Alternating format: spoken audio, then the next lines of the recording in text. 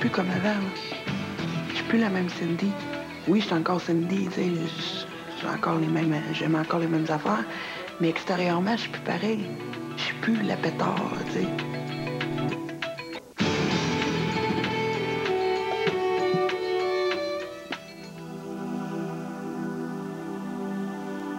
Avant, je me faisais cruiser à tour de bras.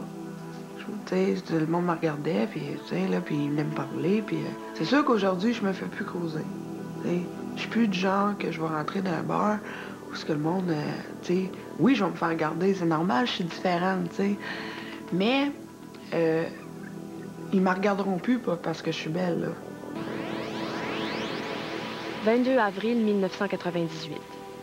Cindy Loyer sortait de Latuc au volant de son automobile sans savoir que sa vie changerait dramatiquement. La jeune serveuse de 21 ans rêvait de devenir mannequin, mais un camion l'a brutalement ramenée à la réalité. J'ai fait un face-à-face avec un truck. Puis à l'impact, mon auto a pris en feu. Moi, j'ai revolé 150 pieds plus loin, mon auto, là. Puis j'ai brûlé 15 minutes dedans. Pendant 4 mois, à cause d'un long coma et de doses massives de morphine, Cindy n'a conscience de rien.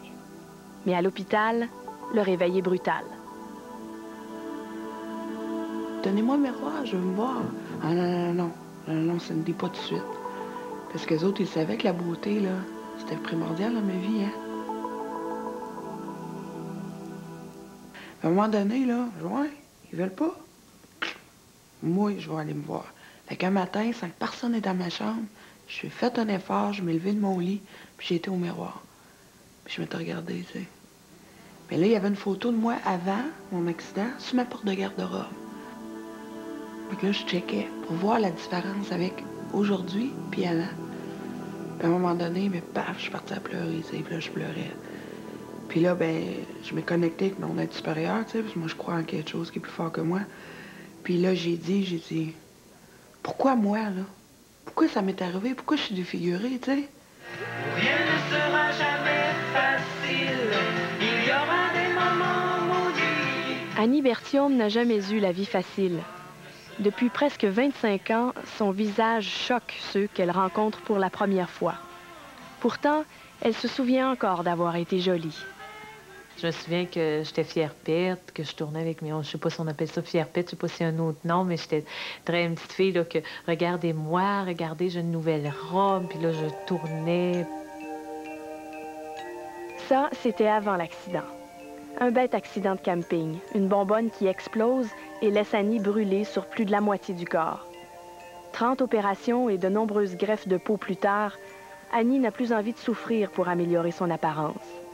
Mais elle ne peut oublier la première fois qu'elle s'est revue, après l'accident. Ils m'avaient mis un petit banc et ils ont raccroché le miroir. Je n'étais pas assez grande pour me voir jusqu'au miroir et je me souviens d'être montée sur mon petit banc et ma mère était verte à côté. Et là, je me suis regardée. Et là, j'ai dit, « Mais maman, c'est pas si pire que ça. » À partir de ce moment, Annie l'optimiste allait entamer une véritable croisade. Au lieu de se cacher, elle décide de vivre à plein régime. À l'école, elle s'inscrit à toutes les associations, à tous les comités. Aujourd'hui, elle mène une vie active, même s'il lui faut toujours faire face au regard des autres. Seuls les enfants osent lui poser les vraies questions. Il sort 2 couleurs.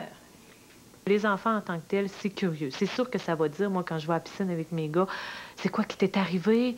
Maman, elle est donc bien laide, la madame. C'est quoi qu'elle a? À ce moment-là, je leur dis que j'ai joué avec le feu. Alors, pour aujourd'hui, notre invitée, c'est Annie Berthiaume. C'est une grande brûlée. Elle a passé à travers une expérience qui a été tragique pour elle. Annie fait la tournée des écoles.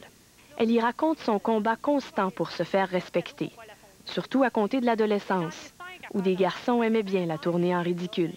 J'ai dit, écoute-moi bien, là. J'ai dit, fais pas le con. J'ai dit, je le sais, là. J'ai dit que tu sais c'est qui. J'ai dit, mon nom, c'est Annie Berthiaume. Je te connaissais pas avant, là.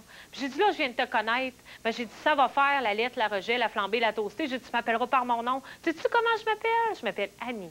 Annie s'est donné un défi. pousser les ados à aller au-delà des apparences. Les annonces de cover girl, c'est pas mieux. Là, les belles filles, les cheveux dans le vent, le blush, le maquillage, c'est tout pain beau, tout pain pêche. Ça veut pas dire qu'elles sont plus heureuses, là, mais il y en a qui essaient de ressembler à ça. Puis là, ils voient un bouton apparaître, là, c'est la catastrophe. C'est drôle que moi, en secondaire 2, il y a une de mes amies qui était fatigante. Je sais pas si vous aimez ça, des amis qui chialent, mais moi, j'haïssais bien ça. Mon ami était là, « Ah, je t'ai carré, j'ai des boutons plein à la face, je sors pas en fin de semaine. Ah, maudite fin de semaine, me tuer les boutons. » J'ai dit, « Écoute bien, Nathalie, regarde mon ballon. Tes boutons, là, moi, les échanger contre ma face. » Salut, Alain. Allô? Ces leçons sur la beauté et l'intolérance, Annie les a apprises à la dure. Le marché du travail, par exemple, ne l'a pas accueillie à bras ouverts. Salut! Fais des beaux sourires, là. Un employeur te dit, je te verrai travailler entre 4 murs d'un bureau, mais dans le public, tu vas traumatiser tout le monde, tu vas faire peur à nos clients, tu vas diminuer nos ventes, parce que c'était pour un centre d'achat. Moi, il n'y a rien qui m'arrêtait. Alors là, j'avais poursuivi au droit de la personne à ce moment-là. Et j'avais gagné, naturellement, pour discrimination. Les maudites couettes, hein? On est tellement chic. Aujourd'hui, Annie travaille dans le public, comme elle l'a toujours voulu. Elle est inhalothérapeute dans un hôpital de Québec. Mais plus souvent qu'autrement, cette jeune femme de 30 ans est rattrapée par une dure réalité. Son visage est une barrière, même pour des collègues de longue date. Tu veux prendre un bon café avec nous autres? Non. Moi, ça m'arrive que j'observe les gens et je les vois agir avec des collègues ou des consoeurs de travail. Et je les regarde agir. Et là, c'est des petites tapes dans le dos, des petites flatteries. Ah, je travaille avec toi aujourd'hui, je suis donc bien chanceux, hey, avec ma belle, puis avec mon beau. Puis là, tu les regardes, tu dis, hey, moi, ils me disent pas ça. Moi, je travaille avec ma belle Annie aujourd'hui, ou hey, je suis chanceux. Comment ça que moi, ils me disent pas ça? Cindy, elle, n'a pas encore fait le deuil de son ancien visage. Seule, pour la première fois de sa vie, elle cherche à donner un sens à son existence. Je suis plus comme avant, là. Je suis plus la même Cindy. Oui, je suis encore Cindy, tu sais, j'aime encore les mêmes affaires, mais extérieurement, je suis plus pareil.